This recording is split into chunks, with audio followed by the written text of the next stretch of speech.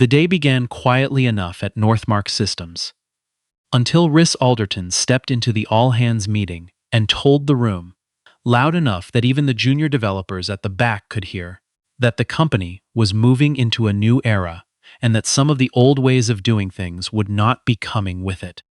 He stood at the front of the glass-walled boardroom on the 23rd floor of a King Street tower in downtown Toronto. His navy suit unwrinkled in a way that suggested it had never spent a day near actual work, and he gestured to a slide behind him, showing a restructured organizational chart.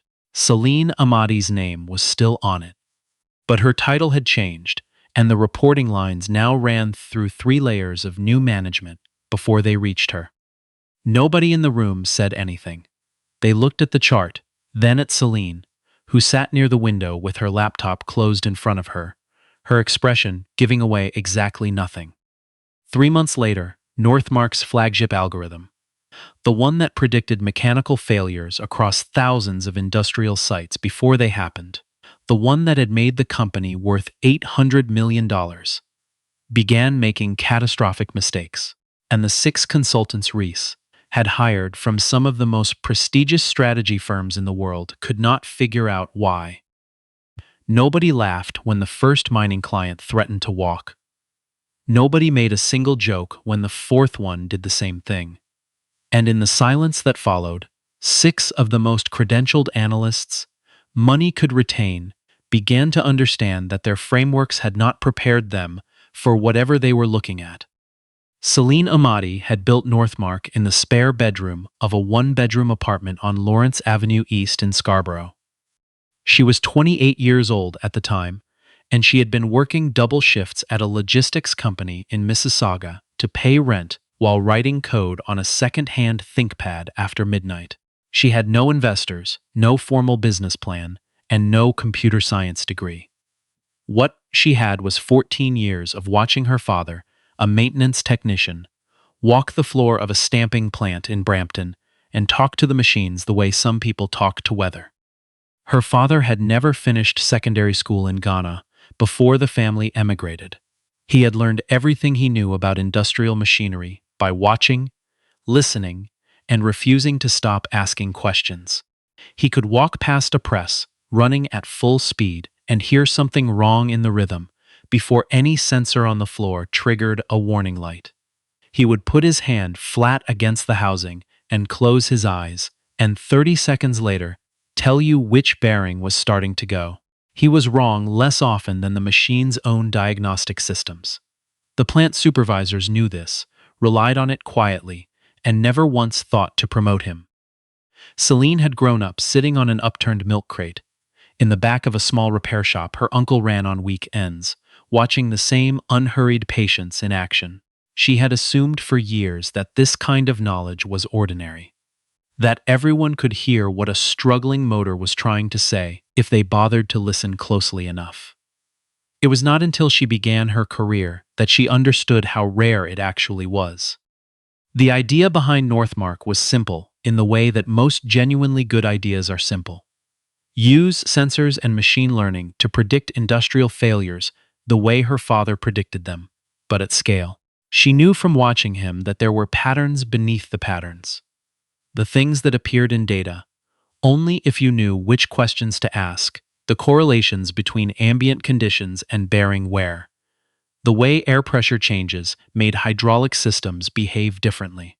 The subtle rhythms that preceded a failure by days or weeks rather than hours. She spent 3 years encoding those observations into a model, not because a textbook told her to, but because she had watched someone do something like it, with nothing but his hands and his attention, and she believed it could be translated. The algorithm she built was not the most mathematically elegant in the field, but it was uncanny. It caught things that other systems missed entirely, and the clients who used it stopped having the kind of unplanned downtime that costs a mine or a plant not just money, but sometimes lives. By the time Celine was 38, Northmark had 400 employees and was processing data from over 14,000 industrial facilities across Canada, the United States, and 3 provinces of Australia. She had never taken the company public, had resisted multiple acquisition offers, and had spent more nights than she could count on site at client facilities, sitting with maintenance crews in the small hours of the morning, asking them what the machine was doing before it failed, trying to understand things that did not show up in any data stream. She wore the same kind of clothes on those visits that she had always worn: dark jeans, steel-toed boots, a fleece jacket in the winter cold. She kept a worn notebook in her bag and filled it with handwritten observations she called edge cases, the situations where the algorithm needed help that no one had thought to ask for yet. She was not the easiest person to work with, by most accounts.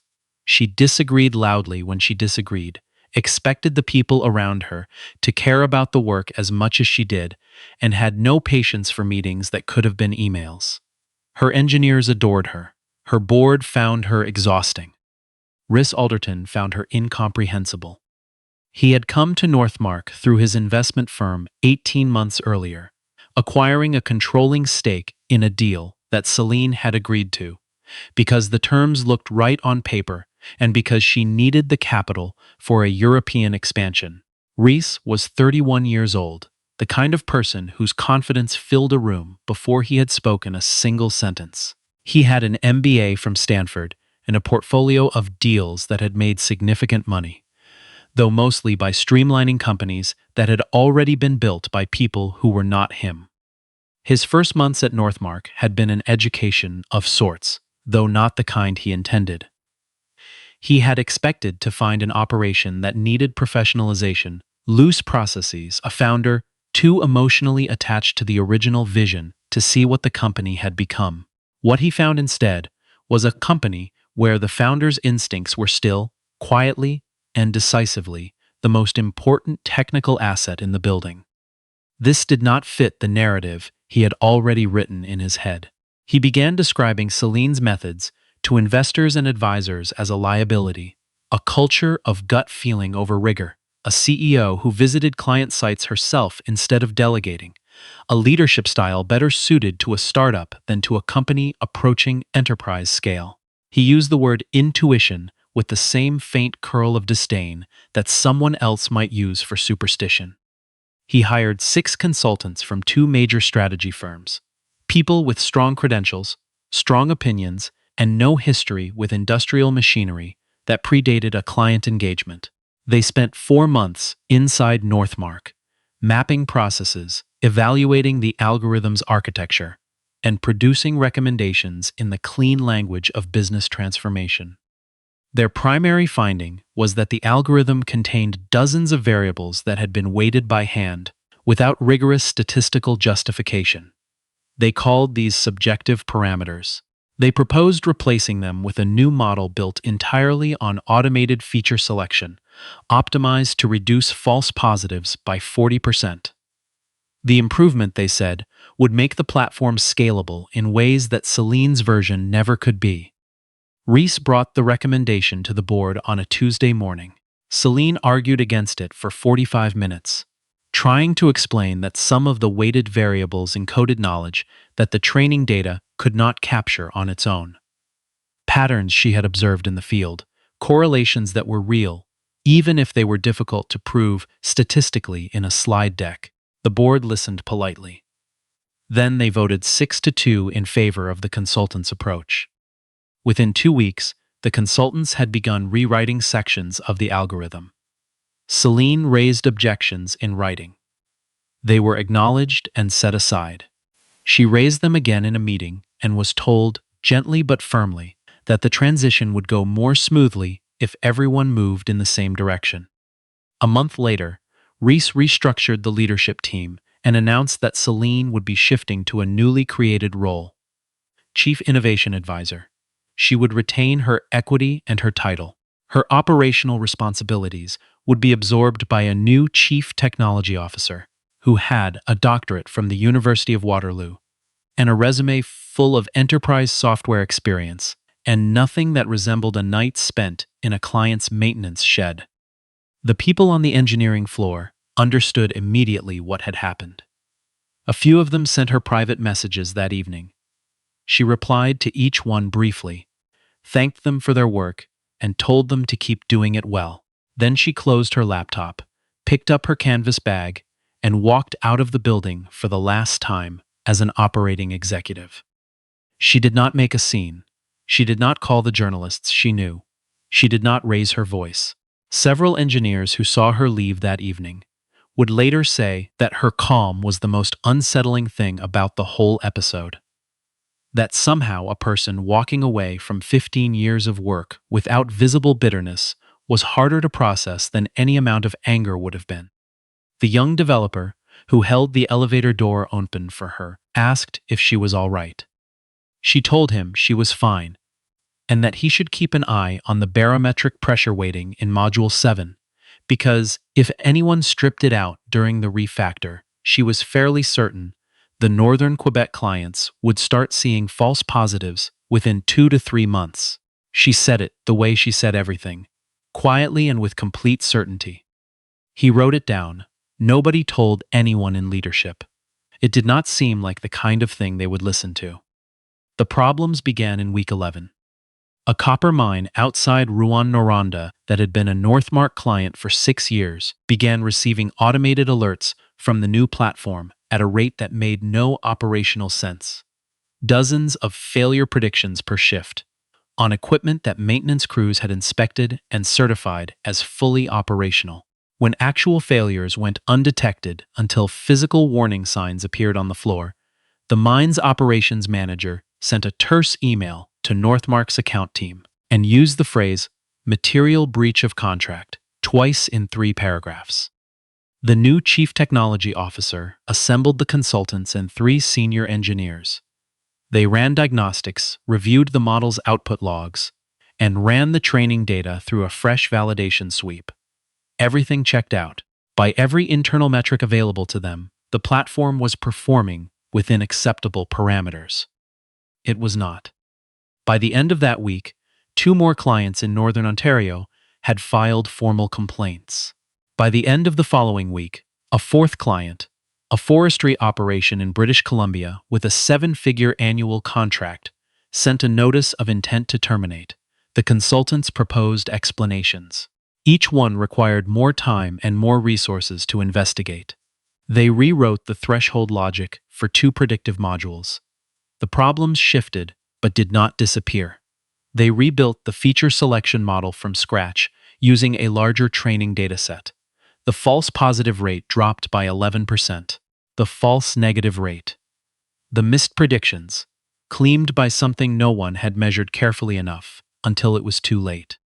Rhys Alderton, who had been managing the situation by reviewing dashboard reports and asking for updates every 90 minutes, finally walked the actual server room for the first time since joining the company. He looked at the screens, understood nothing specific about what he was seeing, and felt the particular, nauseating vertigo of a man whose confidence has run up against a problem it cannot charm or restructure its way through. The mining consortium in Quebec was preparing to pull a $340 million contract. The deal had been the centerpiece of his pitch to European co-investors. Losing it would not merely embarrass the company. It would, in a very practical sense, end the particular chapter of the story he had been telling about himself. He asked his assistant to have someone find Celine Amati. Nobody in the company had her current contact information. Nobody in leadership had thought to maintain a relationship after she walked out the front doors. It took the office manager 2 days and an awkward chain of messages through a mutual contact to locate her. She was in Nipigon, a small town on the north shore of Lake Superior, consulting for a forestry company owned by a First Nation in the region. She was helping them set up a basic predictive maintenance system using open-source tools and whatever hardware they had on hand, charging them what they could afford and not what she could have asked for. The office manager found her name in a community newsletter that mentioned a tech consultant who had spent 3 weeks sleeping in the guest cabin and eating dinner with the maintenance crew. Rhys drove to Nipigon himself. It took 7.5 hours from Toronto. He did not tell anyone at the company where he was going. He found Celine in a small equipment shed at the edge of a logging site, crouched beside a belt conveyor with a tablet in one hand and a multimeter in the other. She was wearing her boots and her fleece, and she had grease on the back of her left hand. She did not look surprised to see him. She looked the way she always looked, as though she had already anticipated what was about to happen and had already decided how she felt about it. She wiped her hand on a rag and stood up. He told her the platform was failing. He told her about the Quebec mine, the British Columbia client, the pending contract collapse. He told her the consultants had run out of answers. He said all of it in fewer than 2 minutes, standing in the cold of that equipment shed in his coat that cost more than most people's monthly rent, and when he finished speaking, she looked at him for a long moment and said no. Her voice was completely calm. The word landed in the shed like a stone dropping into still water. He had expected her to be angry, or satisfied, or willing to negotiate. He had not expected that particular quality of stillness. He asked her why.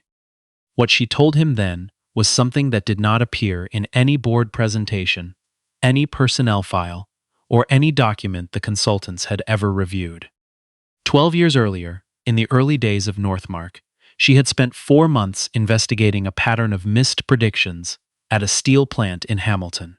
The plant's maintenance supervisor, a man named Gus, who had 40 years on that floor, had told her something she couldn't account for in the model, that the presses behaved differently in weather systems with rapid barometric drops, not because the pressure itself affected the machinery, but because those conditions caused the maintenance crew to rush their morning inspections. Human behavior, mediated through atmospheric conditions, translated into mechanical outcomes. She had encoded it as a weighted variable in Module 4.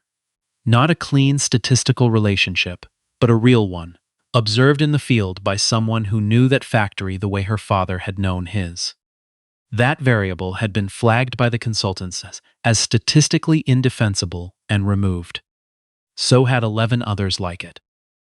She told Reese all of this in a level voice, without dramatics. She told him that knowledge built over years of paying attention to real places and real people could not always be expressed in the language that consultants found acceptable. She told him this was not a flaw in the knowledge. It was what made the platform work when nothing else did. And then she told him something else, something she had never told anyone at the company. In Northmark's 3rd year, a major client in Alberta had threatened to leave after a string of predictions that the client's own engineers couldn't validate. Celine had spent 2 weeks on site, sleeping in the same bunkhouse as the maintenance crew, walking the same shifts, eating the same food. She had realized the issue was not in the algorithm at all, but in how the client's data was being collected. Trash steps were being recorded in the wrong time zone, corrupting the training inputs in a way that was nearly invisible until you knew to look for it. She had fixed it. The client had stayed. The chief technology officer she had employed at the time had taken credit for the resolution in a report to the board, characterizing it as a data pipeline correction that his team had identified. The board had given him a bonus. Celine had said nothing, because she had not started Northmark to collect credit. She had started it because she believed the problem was worth solving, and whether her name appeared on the solution had never felt like the point. She had continued showing up every morning and doing the work. Reese stood in that equipment shed and felt the full weight of what he had done settle into him slowly. The way cold settles into a building after the heat has been off for too long. He had spent 18 months studying a company without once trying to understand the person who had built it. He had read her background, community college, no degree, unconventional methods, and drawn a conclusion in the time it took to close a tab. He had let the consultants optimize away the things that made the platform work because those things did not fit into any category his training had given him for valuing a business. He asked her quietly whether she would come back. She told him she had one condition, not a raise, not a title, not a seat at a table she had already built once and been moved away from. She wanted a formal seat on the technical committee for every major platform decision, not an advisory role, an operational one, with veto authority over changes to core model architecture. He agreed before she had finished the sentence. She told him she would start in the morning. She had a few things to finish in the equipment shed first. Celine drove back to Toronto overnight. She walked into Northmark's engineering floor at 7:15 in the morning, before most of the consultants had arrived, set her canvas bag on the desk she had used for years, and opened her laptop. The engineers who were already in stopped what they were doing. Word moved through the floor quickly, the way it always moves through a place where people are paying attention. She did not make a speech. She asked for access to the model's current configuration logs, and for someone to bring her the notebooks she had left in the third drawer of the file cabinet beside the window. They were still there. No one had moved them. She spent 3 hours reading through the logs, cross-referencing them against her handwritten notes, saying almost nothing to the people who drifted over to watch. The consultants arrived and stood near the edges of the room, not quite sure what to do with themselves. She did not acknowledge them or dismiss them. She simply worked. What she found was exactly what she had expected to find. 11 weighted variables removed, 2 threshold parameters shifted in ways that made statistical sense but operational nonsense, and a rebalancing of the feature importance scores that had effectively made the model blind to a class of slow-developing failures that showed up in the data only as faint, irregular patterns across weeks, rather than clean signals across hours. The model had been made more defensible on paper. It had been made less useful in practice. She made the changes methodically, explaining each one to the engineers sitting nearest her as she worked. Not for the benefit of the consultants in the room, but because she had always believed that understanding why something worked was more important than simply knowing that it worked. She re-encoded the barometric weighting. She restored the threshold parameters. She reintroduced each of the 11 variables with brief annotations in the codebase explaining, for the first time in writing, where each one had come from and what real-world observation it encoded. It took 4 hours and 20 minutes. When the corrected model was pushed to the test environment and the validation run started, she leaned back in her chair and waited. The room was very quiet. The consultants had not left. Neither had most of the engineering team, which had gradually filled to twice its usual morning density as word spread through the building. When the output came through, the pattern was unmistakable. The false positive rate dropped to its historical baseline. The missed predictions, which had been climbing for weeks, fell to near zero. The model was reading the Quebec mining data the way it was supposed to read it. Not as a collection of statistical signals to be classified, but as a portrait of a system that had a history and a behavior and a set of conditions that mattered. Someone near the back of the room exhaled loudly enough for everyone to hear. One of the junior engineers laughed, and then stopped herself, and then laughed again. The consultants stood very still. Rhys Alderton arrived at the office at 9:40 and stood at the entrance to the engineering floor, looking at the screens, at the corrected outputs, at the woman sitting at the center of the room with her notebook open beside her keyboard. For a long moment he could not make himself say anything at all. He called an all-staff meeting for the following week. He stood at the front of the same boardroom where the restructuring had been announced, and spoke without notes, without slides, without any of the polish that typically accompanied his presentations. He told the room that he had made a fundamental mistake, that he had confused the presentation of expertise with expertise itself, that he had allowed the language of strategy, scalable, rigorous, optimized, to become a way of dismissing knowledge that didn't translate cleanly into a consultant's deliverable. He said the word mistake directly, without softening it, without pivoting immediately to future plans, and the room sat with the unfamiliar weight of an executive taking actual stock of what he had actually done. Several engineers who had been at Northmark since the early days on Lawrence Avenue East looked at each other with an expression that held more exhaustion than triumph.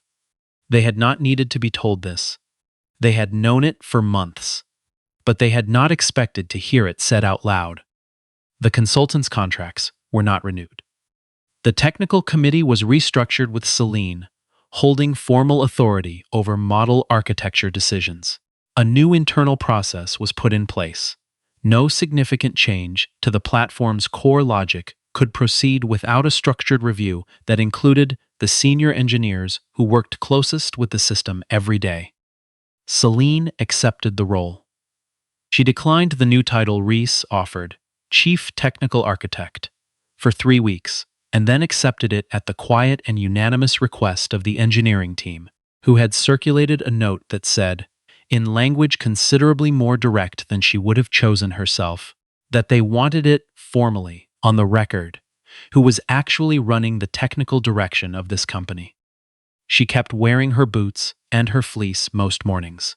She kept the notebooks, filling a new one every few months with edge cases and field observations, knowing that the knowledge inside those pages was not the kind that belonged in a code comment or a formal report, but the kind that lived in the space between what data showed and what experience knew to be true.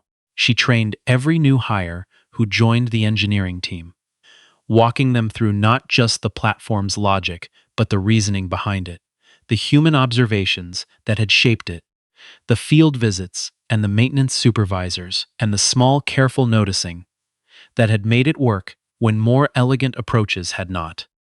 The Quebec mining contract was signed. The British Columbia client withdrew their termination notice. 3 new clients, referred by the Hamilton steel plant where Gus had explained barometric pressure and rushing crews all those years ago, came on board before the end of the quarter. Rhys Alderton began attending the weekly technical reviews that Celine ran with the engineering team. He sat near the back and took notes, asking questions when he didn't understand something and waiting for actual answers rather than filling the silence with the sound of his own assumptions. It was, by his own admission one afternoon, the most useful thing he had done since arriving at the company. On the evening the Quebec contract was formally executed, Celine stayed late in the building after everyone else had gone. She sat at her old desk, with the city spread out behind her toward the lake, and ran one final check on the model's outputs. Not because she needed to, but because checking was the habit of someone who had never stopped paying attention to things that others considered already resolved. Rhys found her there at 8:30 and asked her, genuinely, what she had been listening for all those years. In the data, in the field, in the machinery that her father had understood the way most people understood music. She thought about it for a moment before answering. She told him that a system, whether it was a press in a stamping plant or a platform processing data from 14,000 sites, would always tell you what it needed if you were patient enough to stop optimizing and simply listen. Diagnostics told you what was measurable, but only patience told you what was true. He wrote it down. He had learned in the end that the most expensive mistake a person with authority could make was not a bad acquisition or a failed strategy. It was the quiet, confident decision to stop listening to the people who had spent their lives building something real, and to replace that listening with the much louder, much more comfortable sound of credentials talking to themselves. Celine closed her laptop, zipped her canvas bag, and took the elevator down to King Street. The city was loud and lit, and entirely indifferent to anything that had happened inside that building. She walked to the parking garage, got in her car, and drove east toward Scarborough the way she had always driven home. Past the neighborhoods she had grown up in, past the streets where the idea had first taken shape in the small hours of a night, when no one was watching, back toward everything that had made her exactly the kind of person a room full of experts had not known how to replace.